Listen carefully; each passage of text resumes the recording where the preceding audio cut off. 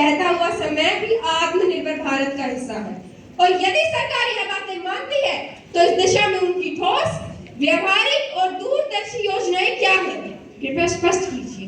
धन्यवाद। माननीय राज्य शिक्षा मंत्री।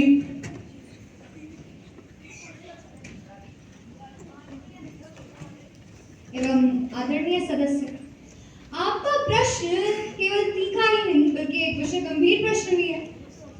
पर मैं आपको याद दिलाना चाहूंगी कि प्रगति की नाव तभी आगे बहती है जब उसकी दिशा सही हो और उसकी पतवार भी तय है।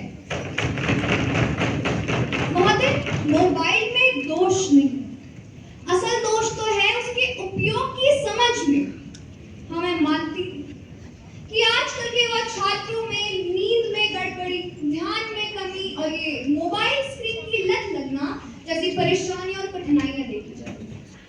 पर मैं साथ ही साथ समस्त सभा को यह भी बताना चाहूंगी कि सरकार इन सारी समस्याओं से जागरूक है और इनके प्रति ठोस कदम उठा चुकी है। वैसे तो सरकार ने काफी पुष्टियां जारी करी हैं। मैं कुछ का नाम लेती हूँ, जैसे राष्ट्रीय शिक्षा नीति वर्ष 2020, जहाँ टेक्नोलॉजी केवल और केवल शिक्षा की गुणवत्ता बढ़ाने तक सीमित रहे। दीक्षा एवं ई पाठशाला प्लेटफॉर्म्स, गुणवत्तापूर्ण और निरंतर डिजिटल सामग्री, मनोदर्पण हेल्पलाइन छात्रों के मानसिक स्वास्थ्य के लिए। महोदय, अगर दिशा सही हो ना तो यही मोबाइल फोन बन जाते हैं शिक्षकों के सबसे प्रभावी औजार। देश विकास चाहता है। मैं चाहूंगी मेरी इस बात को प्रतिपक्ष जरा अच्छे से सुने, अच्छे से गौर फरमाएं कि देश विकास चाहता है, राजनीति नहीं।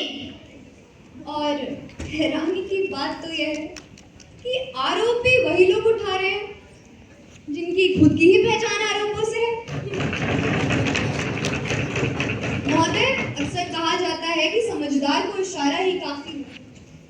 तो कुछ पंक्तियों के माध्यम से मैं वह इशारा करने की कोशिश करूंगी। अब देखते हैं कौन कितना समझदार है।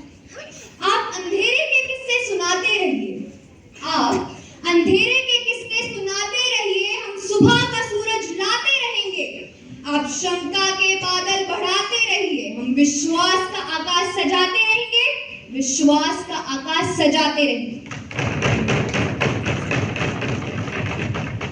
सप्लीमेंट्री क्वेश्चन, माननीय सांसद खुशी शर्मा। माननीय अध्यक्ष महोदय, माननीय महोदया के उत्तरों में योजनाओं की झलक तो है, पर क्रियान्वयन की स्पष्टता कहीं नजर नहीं आती।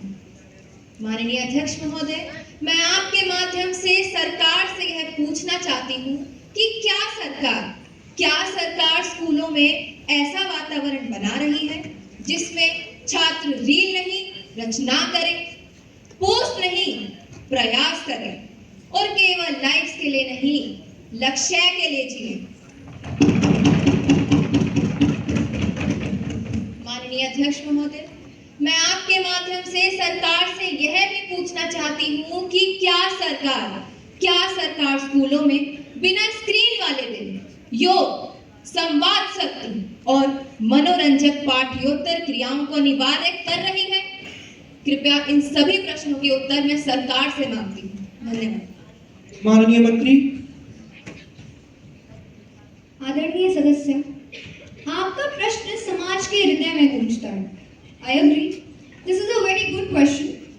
और इसके उत्तर में मैं कहना चाहूंगी, हाँ, सरकार केवल सही दिशा ही नहीं दिखा रही बल्कि उसके साथ साथ कठोर प्रयास और अभ्यास भी दे रही है, जिसके परिणाम देखने लायक है। या फिर शायद मैं ऐसा कहूँ, यहाँ समस्या नजर में नहीं, नजरिए में है। सरकार की कुछ पहलें, जैसे नो स्क्रीन डे की योजना, जहाँ सप्ताह में एक दिन स्क्रीन मुक्त गतिविधियां करवाई जाती हैं, स्मार्ट यूजर अभियान, सोशल मीडिया के विवेकशील प्रयोग पर आधारित, और जैसा कि माननीय सदस्य ने अपने प्रश्न में जिक्र किया है, योग, संगीत, वाचन एवं संवाद सत्रों को स्कूल समय का अनिवार्य भाग बना दिया गया है। महोदय,